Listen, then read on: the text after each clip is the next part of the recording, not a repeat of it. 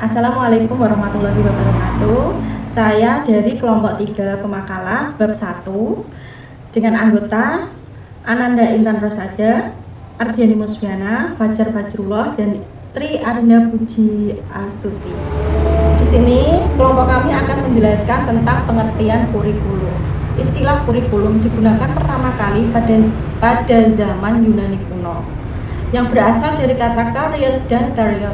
Kata karier yang berarti penghubung seseorang untuk menyampaikan sesuatu kepada orang atau tempat lain.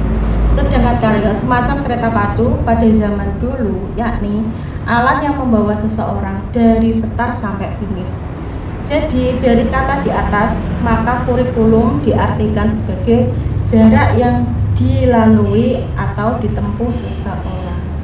Kurikulum adalah suatu program pendidikan yang berisi berbagai bahan ajar, pengalaman belajar yang diprogramkan, direncanakan, dan dirancang secara sistematis atas dasar norma-norma yang berlaku yang dijadikan pedoman dalam proses pembelajaran bagi tenaga pendidikan serta peserta didik untuk mencapai tujuan pendidikan.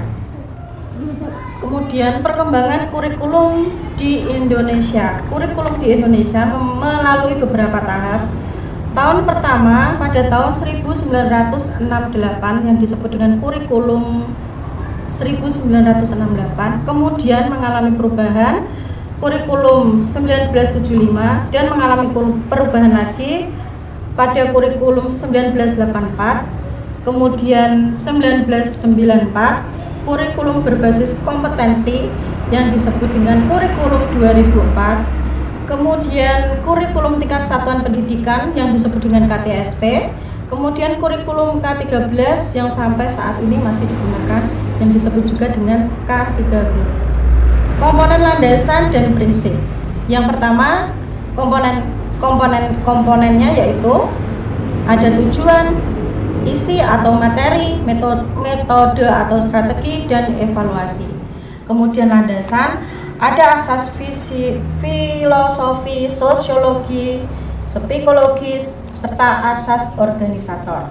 Kemudian prinsip, berisi tentang prinsip relevansi, prinsip fleksibilitas, serta prinsip kontinuitas, dan serta prinsip praktis, dan ada juga prinsip efektivitas. Jenis dan fungsi kurikulum. Jenis-jenisnya yaitu separated subject kurikulum, correlated kurikulum, broad field kurikulum, dan integrated kurikulum. Fungsinya, yang pertama, fungsi kurikulum bagi anak didik. Yang kedua, fungsi kurikulum bagi guru. Yang ketiga, fungsi kurikulum bagi kepala sekolah atau pembina sekolah. Yang keempat, fungsi kurikulum bagi orang tua, dan kemudian fungsi kurikulum bagi sekolah tingkat di atasnya, dan fungsi kurikulum bagi masyarakat dan pemakai lulusan. Tujuan kurikulum. Tujuan kurikulum pada dasarnya merupakan tujuan setiap program pendidikan yang diberikan kepada anak didik.